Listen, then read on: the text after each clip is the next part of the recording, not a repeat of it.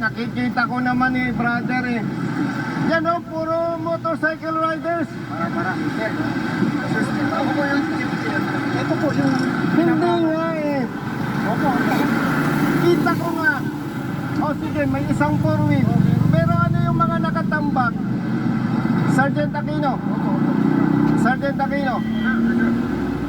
Nakakapikon kayo eh. Masyado ninyong kinakaya-kayang mga riders eh. Duwag ba kayo? O, ikaw, tanungin kita. Gusto mo ba sabihin ang kriminal sa hanay lang ng riders? O, sino yung mga nangaambus? Anong ginagamit na sasakyan? Four wheel. O, bakit ganyan ang ginagawa ninyo?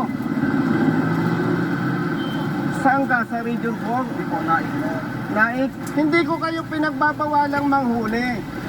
Hindi ko kayo pinagbabawalang manita. Kasi law enforcement. Pero nakakabwisit yung ginagawa ninyo. Riders lang kinakaya-kaya nyo.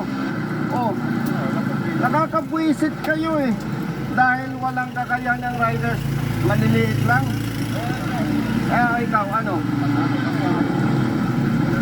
Taga-ticket ka lang. Kalukuhan yung ginagawa nyo eh. Lilinawin ko, brother. Hindi ko pinagtatanggol ang riders na may violation. Ang ikinakabwisit ko, kinakaya-kaya nyo ang riders. Ba't di kayo makapamara ng naka-4-wheel? Lalo na kung tinted, takot kayo. Brother, huwag ganun. Diskriminasyon yan eh. Malaking kalukuhan yan. Nakakapanginig kayo ng laman eh. Kalukuhan yan, oh. Iyo, come here. Kasi dalawa yung lumalabas. Ngayon, papara ka ng jeep. Papara ka ng jeep dahil nasabon ko kayo. Palisin yung jeep na yan. Ba't nyo pinara? Dahil kinu-question ko kayo. Brother? Ako, hindi ako personal na nagagalit sa'yo. Nagagalit ako sa sistemang ginagawa nyo. Nakakapanginig kayo ng laman, Oh, salita ka. Palisin nyo yung mga motor. Madam, pakisabihan mo nga yung hepe ng ano daw to. Brother, LTO ano ka? Naik po. Sabihan mo nga, madam, yung hepe ng LTO Naik. Nabubuisit ako, kinakaya-kaya ang mga riders. Nanguhuli dito sa Cavite, puro motorsiklo lang pinapara eh. Malaking kalokohan yan. Diskriminasyon yan. Hindi ko sinasabing huwag manghuli ang LTO, pero gawin ng tama ang trabaho. Pakisuyo, madam. Nakakapanginig ng laman tong mga to eh. Pasuyo, thank you. Umalis na kayo, katukuhan niya. Palisin niyo yung mga motorsiklo. Umalis na kayo. Brother, kung hindi nyo kayang sikain ng ibang sasakyan, huwag kayong manghuli ng motorsiklo. Ay, alin nga kayo. Tawagin mo nga yung tropa. Bitawan mo yan. Kinakaya-kaya nyo, riders lang. Mamaya. Alin kayo. Tawagin mo yung mga bata mo. Nasaan yung force multiplier? Makinig kayo mga kapatid.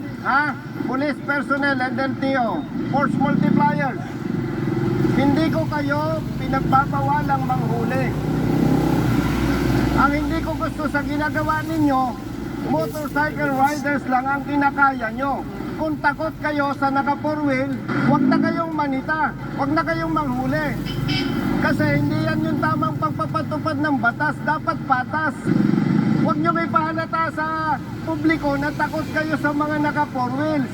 Sino ang bobo na rider, kriminal, dadaan sa checkpoint, sa pulis? Sinong nangaambos? Yung mga pinatay na personalities, anong ginamit ng nag-ambos? Four-wheel motor. Anong ginagamit ng nangaambos? May 4 wheels, merong music. Pero karamihan. Anong nangaambos? Karamihan 4-wheel. Bakit motor lang kaya nyo? Huwag ninyong bastusin ang mga riders. Pambabastos yan eh.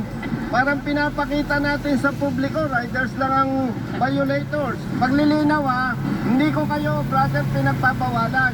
Ang gusto ko lang, patas. May kapatid kang rider. May kapamilya kang rider. Kayo, may kapamilya kayong rider. Kung yun lang ang ipahuli ko, okay lang sa inyo. Huwag naman ninyong bastusin ang mga riders. Pambabastos yan eh. Brother. Yes, sir. Pambabastos yan eh. Dahil sila maliliit na tao lang. Tapos, nung nasita ko Kernel ba kayo, si Kern? para kayo